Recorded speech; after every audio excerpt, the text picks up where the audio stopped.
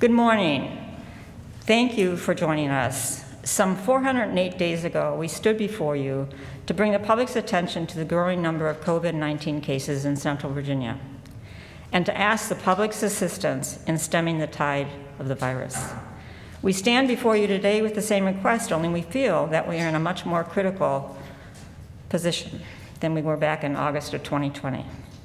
We are holding this joint press conference to call the public's attention to the dire situation we are in due to the steady increase in COVID cases in this area and the negative impact it is having on our community.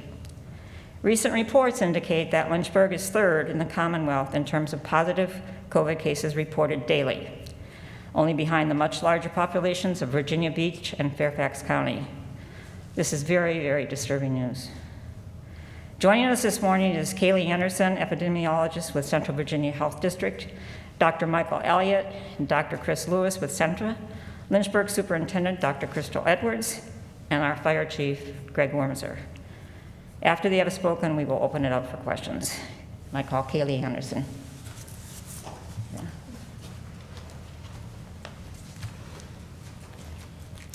Good morning, everyone. My name is Kaylee Anderson. Like the mayor just introduced me, I am our COVID epidemiologist for our Central Virginia Health District, and I'm going to be giving you some updates on our current case rates, our county positivity rates, as well as our vaccination rates for our community. So from the middle of June of this year, our cases averaged about in the single digits each day. This number slowly started to creep into the teens by the end of July, and by early August, our average daily case counts increased by 500% from June. Since this time period, we have been seeing averages north of 200 cases per day and 1,500 per week. These numbers continue to rise. Our current numbers are similar to what we were seeing in January and February of this year. As far as our county positivity rates, this is a metric that we use to determine the level of community transmission that we are seeing. So they take a set time period and they give a cumulative count for the number of PCR tests that were collected and give you a rate of those that were actually positive. Throughout this past month, we have seen significant levels of community transmission throughout our 5 counties. As of September 10th, our 14-day county positivity rates were as follows. Lynchburg City, 28.1%, Campbell County, 38.9%, Bedford County, 27.9%, Amherst County, 14.3%, and Appomattox County, 25.2%. Several of our counties have consistently maintained some of the highest county positivity rates in the entire state of Virginia. You can publicly view all of these data on our VDH website. For vaccination rates, as of September 14th, the vaccination rate of all 5 of our counties is below 45%. Lynchburg City has the lowest percent of the population fully vaccinated at 39.1%, and Bedford has the highest at 44.3%. Between January 17th and September 4th, the rate of infection among those that were unvaccinated was 8.5 times that of those that were fully vaccinated. Across the state of Virginia, the rate of infection among unvaccinated individuals was 586.7 per 100,000 people, in comparison to 38.8 per 100,000 people among those that are fully vaccinated. Of the 4,894,225 fully vaccinated Virginians, 0.4% have developed COVID-19, 0.017% have been hospitalized, and 0.0038% have died. Thank you.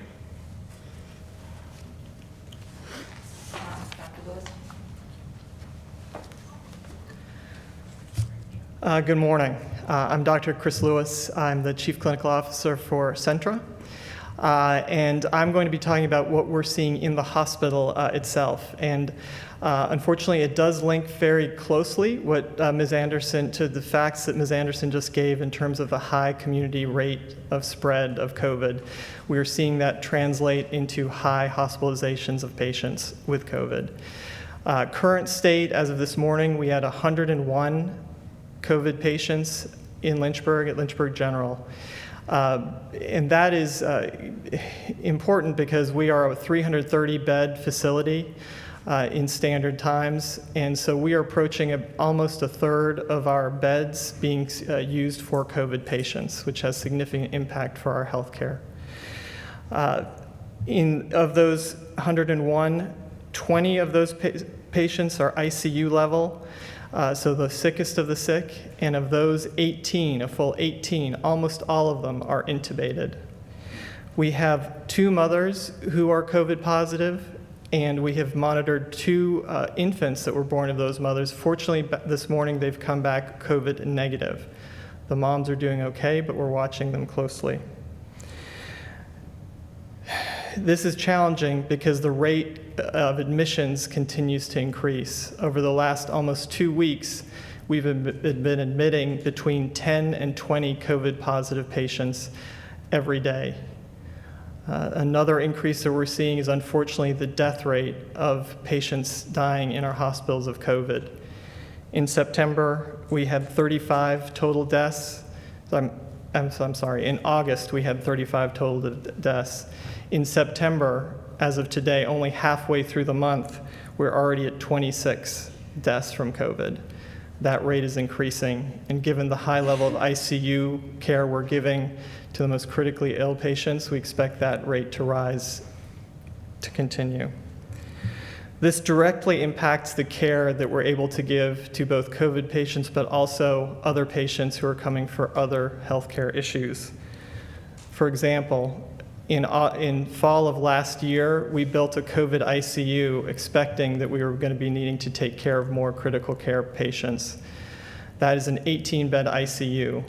As of this weekend, our COVID positive patients overfilled that ICU, and we've needed to spread to our regular ICUs now. The surgical trauma ICU now also has COVID patients in it. As that expansion continues, it will limit further our ability to take care of critically ill patients that don't have COVID, such as severe heart attacks or strokes and other conditions.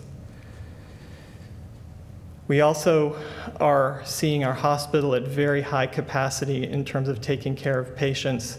We're at 106% capacity this morning. What that means is that we have more patients that need hospital beds than we have standard beds for them. This results in us placing patients in non-standard places, including boarding in the emergency room. As of this morning, we had 14 patients in our ER waiting for a bed in the hospital. At our worst, we've had over 30 in the ER waiting for a hospital bed. That is simply not a safe situation. In addition, it limits the care we can give regular patients, such as surgical patients that we need to do elective surgeries on. We've had to postpone, sometimes multiple times, elective surgeries for folks who really do need surgery. They just don't need them emergently. We put them off because we simply can't give care, the full spectrum of care that we need to. I say all these things to let the community know what we are seeing in the hospital and what we're experiencing.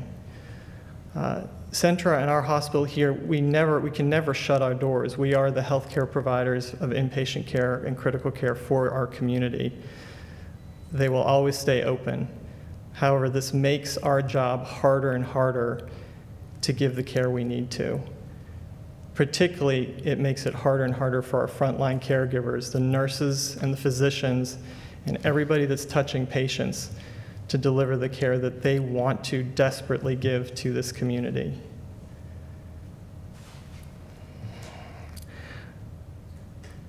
So what I would ask today is for you all to understand where we are, that we will continue to do our job. We are continuing to try it as best we can. And I particularly ask you to honor the frontline caregivers that have been doing this for over a year and a half now. They've been fighting this pandemic day in, day out, coming in every day, every night to continue to do this. They are exhausted. They fought one surge. They are fighting the second one. So please honor them, support them, thank them, comfort them if you get a chance to. And please do everything you can to stay healthy, whether that's your regular health care or COVID related. stay out of the hospital if you can, and mask up, get vaccinated if you haven't yet. That's not going to change things tomorrow if you get vaccinated today. However, it will make this end sooner. And there will be an end to this. There'll be another side to this. We'll get there together, but the sooner the better, with less death and suffering. So thank you for your attention. We will be here for the community always. We just ask you all to be here with us as well. Thank you. Dr. Elliott? No comment?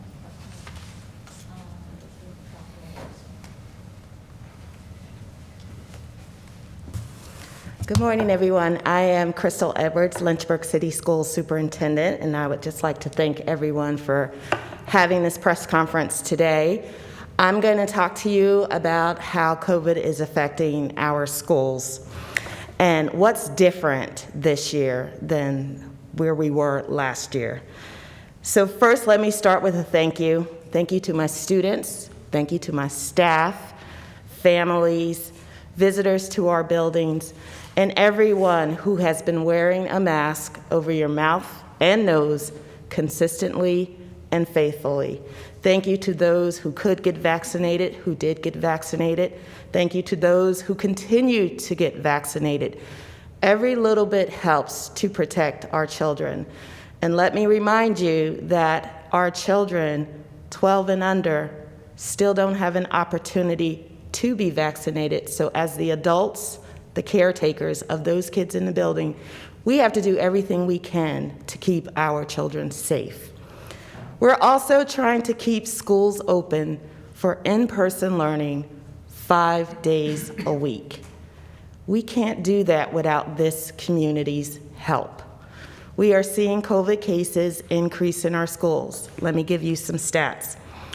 Last year, when we opened for in-person learning, between September and October 31st of last year, we saw 13 positive cases. Yesterday, and our data is 1 day behind due to how we're posting it on our website, we had 8 positive cases. The day before, 8 positive cases. The month of August, since we started in-person learning 5 days a week, 39 positive cases. The month of September, and we're at September 15th, 55 positive cases. So since last year, when we opened school, we started with 13. This year, we are now up to 94 positive cases since we opened school for in-person learning on August 11th. Last year, we were concerned about grandparents. We were concerned about our children taking it home to their families. Last year, we thought children did not get COVID. They were less affected by COVID. This year, the Delta variant is different. It is targeting our children. The age is coming down for those who are affected by COVID, and most of our children 12 and under, and many of our children 12 to 18, are not vaccinated and have no natural protection against this virus. Some people ask, well, Dr. Edwards, why don't you just do what you did last year to manage this? Well, the rules have also changed. We have a new rule, 1303, says that schools must stay open for in-person learning 5 days a week, and we can shift to remote learning to manage any kind of outbreak in our school, which would be about 10 days or less. And I have many families who are quite fearful, who are emailing, who are calling, who are asking us to offer them a remote option until they feel safe. Well, we have a virtual school, which we planned, a virtual academy, which we planned. It has a waiting list of over 200 people right now. There are 10 teachers that we hired for the virtual academy. We are not situated to have more students in there at this time. And we also partner with outside groups like Virtual Virginia and Edgenuity who provide those services. The virtual academy was designed for families who said, I enjoy virtual learning. I want it for the full year. The virtual academy was not designed for the Delta variant. At the time we planned it, we didn't even know about the Delta variant. So here we are, 5 days a week in person. Let me tell you what the staff is experiencing. Last year, the students had a 6-hour day. There was time built into the day for staff to work with students who were home remote. This year, the students have a 7-hour day. The staff have a 7.5-hour day. There's no time during the day to do in-person learning and remote learning. Last year, we had small cohorts. We had 12 to 15 students in a class. This year, all my babies came back. Our attendance is actually higher than it was last year, and we are seeing 20, 22, and 28 students in a class.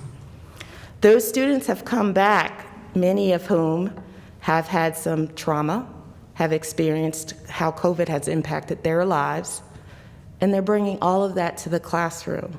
And our teachers are open arms, ready to help and assist our children with their food needs, their clothing needs, their social-emotional needs, and yes, their academic needs. Last year, we were completely virtual on Mondays, which provided extra time for the staff to keep up with students who were not in school, who were doing remote only. This year, we're open 5 days a week. Last year, with 13 positive cases and low quarantine, we didn't see the same number of absenteeism in staff and students as we do this year. This year, with 94 positive cases already, and many folks being quarantined due to exposures, the very same teachers who have 1 prep period per day are being used on that prep period to cover classes for other teachers. Assistants are covering classes for teachers when they're out.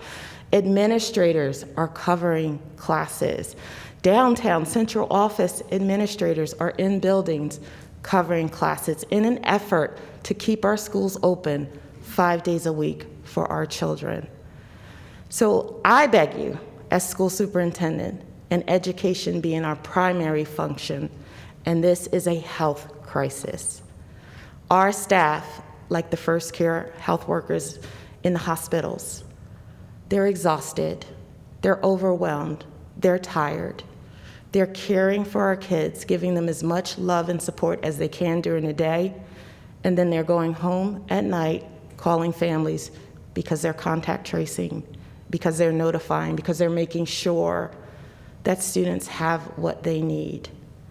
So please, for your children's sake, we love that we wear masks in schools, but we would also love you to wear masks in Walmart, in Kroger, all the time. We are not seeing in-school transmission, kids giving it to one another. We are seeing the community transmission come into our schools.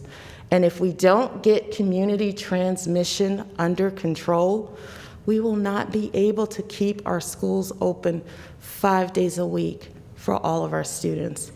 And that is what I want most. Our kids have missed out on a quality education when this pandemic started. We have the ability now, through wearing your mask, practicing social distancing, getting vaccinated if you can, we have the ability to stop any more educational loss for our children. We just need to do it. We need to do it. So I'm urging everyone out there listening to the stats for Lynchburg City Schools. Our kids deserve our schools to stay open 5 days a week for quality in-person learning. Our teachers deserve one prep period where they can plan educational activities, not call for contact tracing, not cover someone else's class because of quarantine. Let them do the job that they are so prepared to do and educate our children. So once again, get vaccinated if you can. Wear your mask everywhere, not just in schools, everywhere. Keep in contact. Keep your sick children home. Don't send them to school. Keep them home. If you are sick, stay home. If you know you've been exposed to someone who may be positive, get tested. Do everything that you can so that we preserve the educational rights that our children have. Thank you.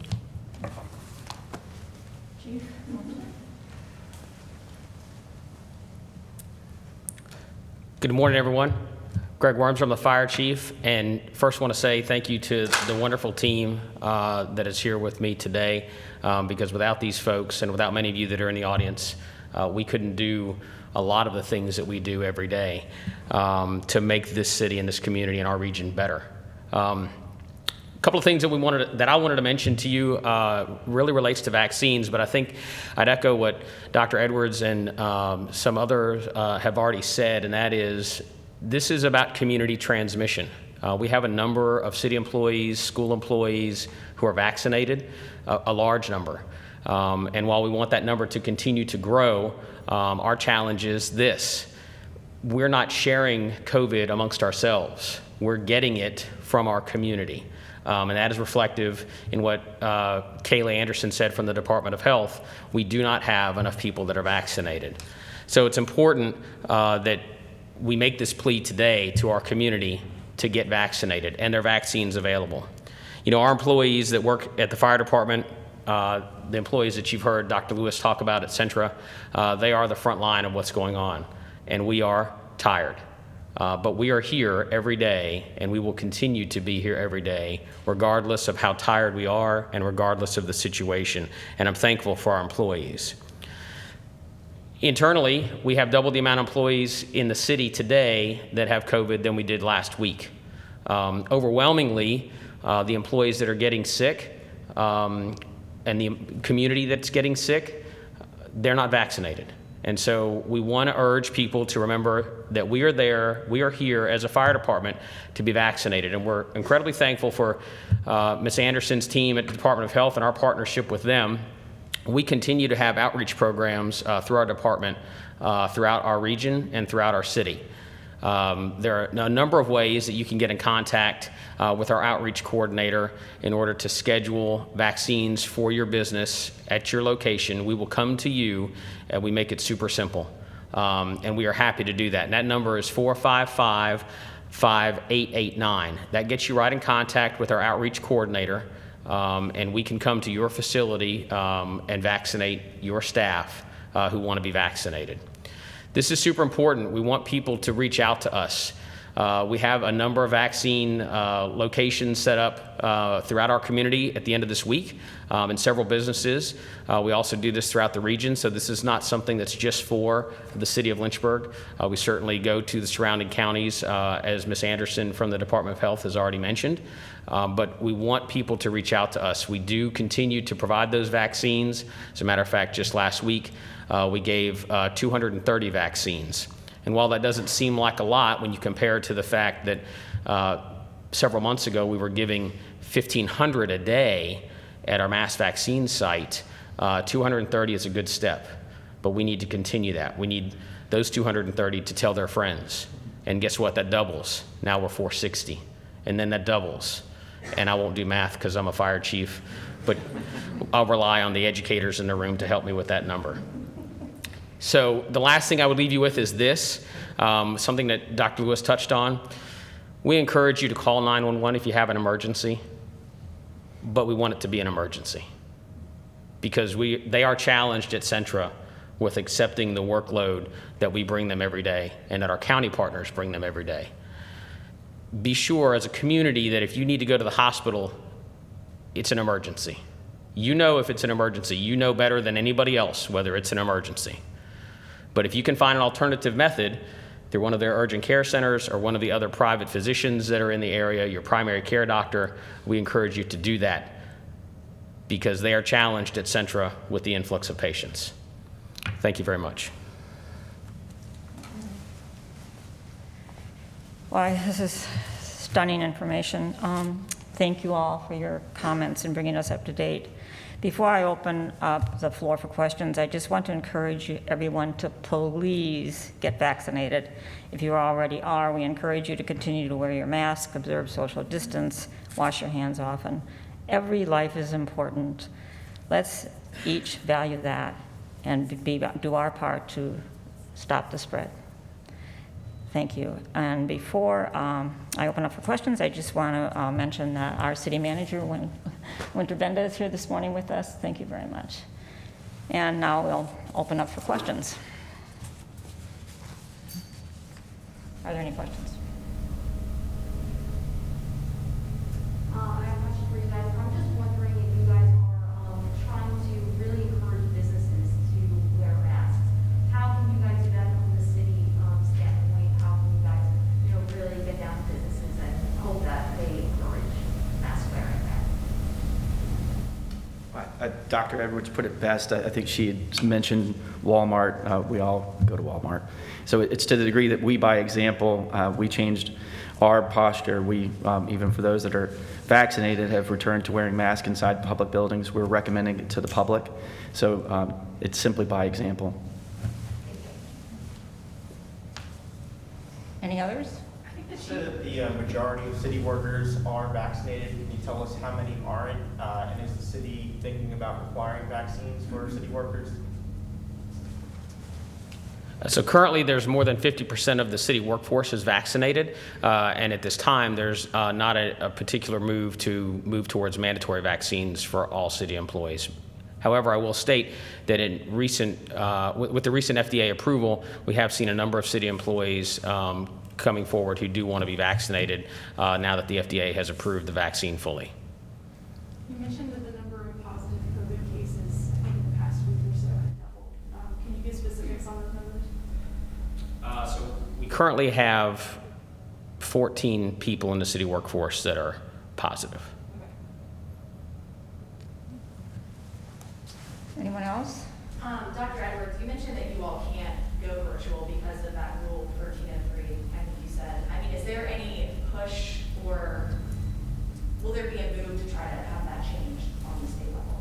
We've been having conversations regarding that. I don't think that was the intent of the law. I think at the time when it was made or when it was thought about in the spring, we were really trying to have a push in the state to have schools open 5 days a week. And you remember last year, many of the districts in our area, we were open for hybrid learning. There were districts around the state that were not completely virtual all year long. So we are seeing the effects of a well-meaning intent to get our kids back to school, but there are some side effects to that. So yes, there are conversations. And when it comes to the virtual academy, are you all in the process of trying to acquire more teachers? When you were planning for 2021, was there ever that thought, maybe we should bring more people on and have this as a backup plan? Was that a thought, and if not, why? Well, when we were planning for 2021, it was at the time that we were opening 5 days a week. So our default educational program is to have all of our kids with us. We recognized that last year there were several students who did well in a virtual academy, and that was one of the reasons why we wanted to continue it for students who enjoyed that learning experience and thrived. Not everyone thrived in that area. We did budget to hire 10 teachers. We were looking at possibly about 300 students that we were estimating would participate. At the time that we were planning it, and I'm sure school divisions around Virginia were not thinking that this would be a default learning option for further COVID cases. As a matter of fact, I think we experienced about a good week of it was on the down low in June, and we really looked like we might be coming out of this, or at least looking more favorably, and then the Delta variant hit. And if I could just comment on the businesses, to my business owners, many of the businesses in town employ our families. And when kids are quarantined or staff members are quarantined, they have to stay home, which means someone has to supervise them. So if you're a business who hires a lot of people who are families, they have children in schools, please recognize that as family members, they have to care for their kids if their kids are quarantined or test positive and have to stay home. That will affect their attendance at work. And we want our kids in school, we want our families at work. So any help that our businesses can also do so that we can stop the spread of COVID, keep kids in school so families don't have to stay home and take care of their kids would be great. So we've been hearing about how we've had hundreds of positive cases being reported a day and like 1,500 in a week. Do you have any idea what % percentage of that is happening in people 18 and younger? Yes, when I last looked at our numbers, we were seeing 25 and under were accounting for roughly 40% of our cases. 19 to 25-year-old range is our highest percentage at nearly 25%, with our pediatric cases right there behind at roughly 20%. Could someone speak to outdoor sporting events? There's been a little bit of mixed messaging in terms of whether that's safe, or a mask, distance at a football game, i.e. when we talk about that issue as well, outdoor sporting events, we've seen some large crowds. We were tossing a coin back there, Dr. Edwards and I, to see who was going to tackle this one. So, there's certainly no move from a government standpoint to limit the amount of people indoors or outdoors at this point. Like you've heard already up here, the COVID is spreading because of community transmission. And the best way that we can mitigate that transmission is certainly, recommend social distancing, proper hygiene, wearing of masks. So we certainly encourage, while we don't want to, keep people from enjoying the things that they enjoy, we would certainly encourage folks, if they're outdoors at large sporting events where they're with people that they may not know, that they wear a mask in order to prevent the spread. It's certainly one of the many ways that we can, prevent that spread from happening and prevent that community transmission. And there's a little bit of updated guidance for sports and athletic events on both the VDH website in terms of trying to keep kids and families and spectators and athletes safe during this time. We certainly do not want to see where we don't have sporting events, athletic activities, arts, extracurricular, because that is so very important to a child's life as well. I mean, it's the comprehensive education system. But we do encourage people to be safe when they're outdoors. We encourage people to get vaccinated, especially if you're going to be attending these outdoor events and activities and supporting, our children, whether that's in school activities or even at rec programs. And Chief Wormser, are the busy ERs causing any backups and turnaround times when it comes to your EMS crews, your ambulances? Great question, and I'm sorry to get back to you previously. So it is not causing us, in particular, backup times. So our turnaround time has remained relatively the same. I just say that on behalf of Centra, where I know that when we bring folks in, I know they've got a number of people that are waiting in a hospital room, but they're in the emergency room. And that just is creating challenges, not only for their staff, but for people who need care in an emergency. We're still a level 2 trauma center at Centra. And, if trauma occurs or some other sickness, stroke, heart attack, you name it, comes in, there needs to be space and there needs to be staff that can handle that situation. Is there concern that it could get to the point where, there's not enough room, they're having to keep you guys longer? Yeah. So in general, it really, when they drop off, we have a space. There is going to be a physical space to put patients, but then how do you manage them? Is that really a space they're supposed to be in, say, an ER bay? We can't guarantee it, but we will take whatever comes our way. We have to. And we don't go on what's called diversion. You may have heard other surrounding hospitals, if you're in a major city and you have multiple healthcare facilities, they can go on diversion and send patients to another facility that's not as strained. Where we are here in Central Virginia, we don't really have that luxury. We are it. And so if you have somebody having a heart attack 5 minutes down the road, you can't say, well, drive up to Charlottesville. It needs to come to us. The challenge is that a lot of stuff is coming to us, and how do you make sure that you take care of that heart attack in a fast, efficient manner when you're flooded with all sorts of things? So we take what comes, we always will, but it just gets harder and harder. Are there any more questions? Okay then, well, thank you very much, and thank you all very much for coming here to hold this press conference. It's really important for our community. Thank you. Thank you all. Roll call.